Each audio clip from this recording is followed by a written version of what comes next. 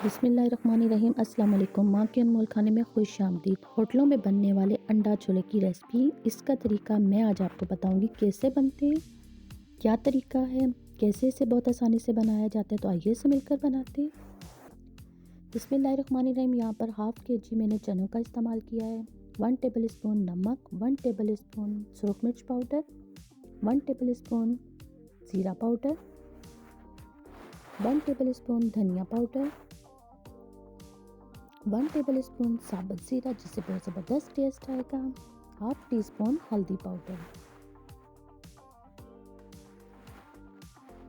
3 अदद टमाटर, आप 4 अदद भी ले सकते हैं।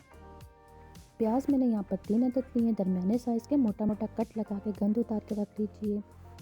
लहसुन पूरी एक मैंने तकरीबन उसमें 10 से 12 जवेथे लिए हैं। आलू का मैंने आधा टुकड़ा लिया है, ग्रेवी बनाने के लिए बहुत ज़बरदस्त टेस्ट आएगा।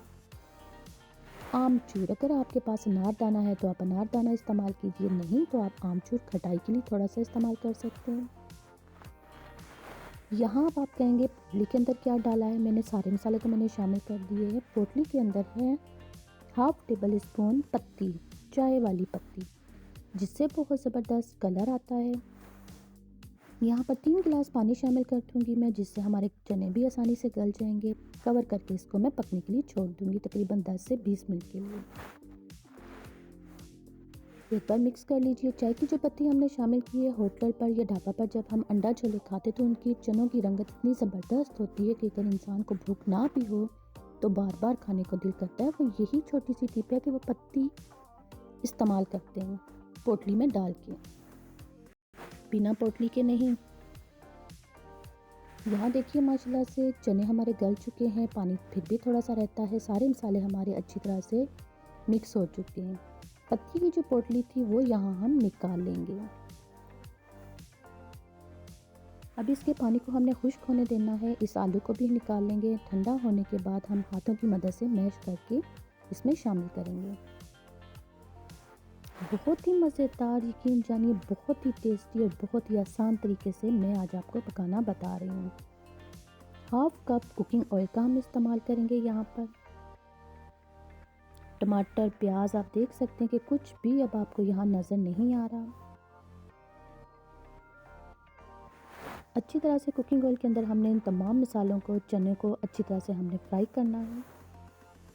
अगर आप यहाँ पर अच्छी तरह से कुकिंग ऑयल के अंदर चनों को फ्राई नहीं करेंगे तो सालन का वो टेस्ट नहीं आएगा जो ढाबे से या होटल के अंडा छोलों से आता है।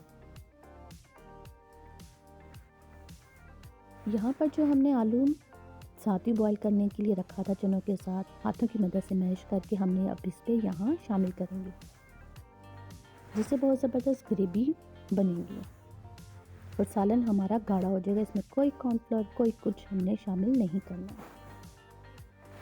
आलू को जो हमने हाथों की मदद से मैश किया करने के बाद इनको अच्छी तरह से हम मिक्स करेंगे। धनिया, हरी मिर्च धोकर मैंने खुश्क करके रखी थी वो यहाँ शामिल कर दी। थोड़ा सा इसमें शोरबा बनाने के लिए हम तकरीबन 1 से 2 गिलास पानी शामिल करेंगे।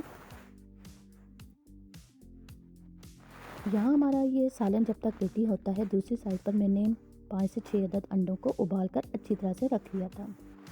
अब अंडों का हमने क्या करना है, ये भी एक छोटी सी टिप है, ये भी आप देखिए मैं क्या करती हूँ।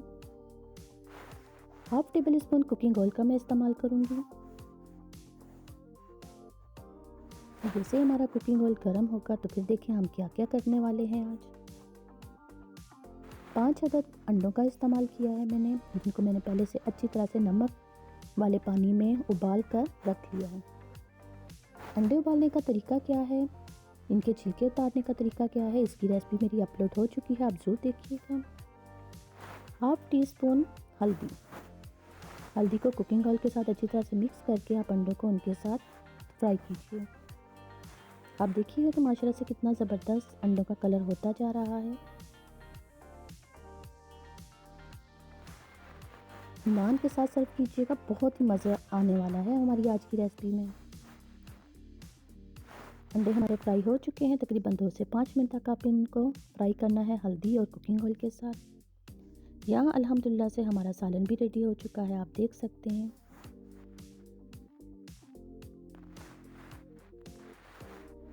अगर मैं इसकी खुशबू आप तक पहुंचा सकती तो मैं इसकी खुशबू आप तक पहुंचाती। ये कितनी ज़बरदस्त इसकी खुशबू आ रही है।